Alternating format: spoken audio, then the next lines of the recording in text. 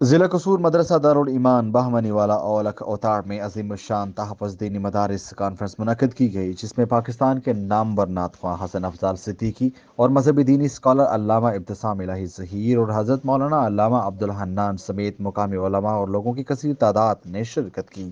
مزید کا تفصیلات جان لیتے ہیں وہاں پر موجود اپنے بیورو چیف ارشد خان ویو سے، جو اس وقت ہمارے ساتھ ٹیلی فون لائن پر موجود ہیں۔ جی ارشد، تفصیلات سے آگاہ کیجیے گا۔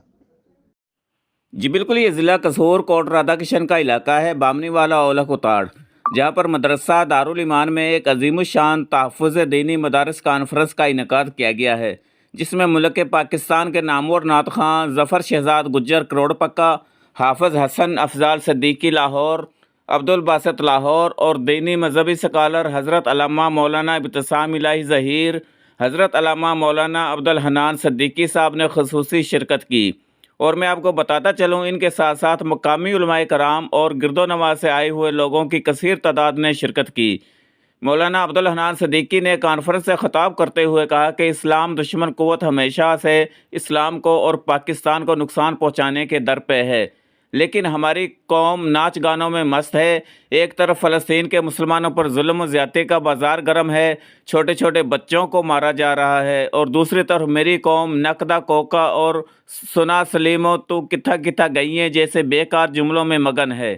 اس کے علاوہ انہوں نے دینی مدارس کے ساتھ ساتھ محبت کرنے پر زور دیا اور لوگوں سے مسجد مدرسے کے ساتھ زیادہ سے زیادہ تعاون کرنے کی اپیل کی۔ اور اس کانفرنس سے خطاب کرتے ہوئے علامہ احسان الہی ظہیر شہید رحمۃ اللہ علیہ کے بیٹے علامہ ابتسام الہی ظہیر نے ختم نبوت کی اہمیت، تاجدار مدینہ کی ختم نبوت کے پہرہ داری پر بیان کیا۔ ان کا کہنا تھا، ختم نبوت ہمارے ایمان کا مسئلہ ہے، اور ختم نبوت کے موضوع پر نہ کہ بہت اچھے انداز میں تقریر کی، بلکہ ختم نبوت اور تاجدار مدینہ کے نعرے بھی لگوائے۔ مزید انہوں نے کہا، ہماری جان تو جا سکتی ہے، ہمیں جیل تو جانا منظور ہے، لیکن تاجدار مدینہ کی ختم نبوت پر ڈاکہ کسی صورت منظور نہیں۔ آخر میں قاری طلحہ سلیمانی صاحب نے دعا کرائی۔ ملک اور قوم کی بہتری، بھلائی اور مدرسہ دارالایمان کی ترقی کے لیے خصوصی دعائیں بھی کی گئیں۔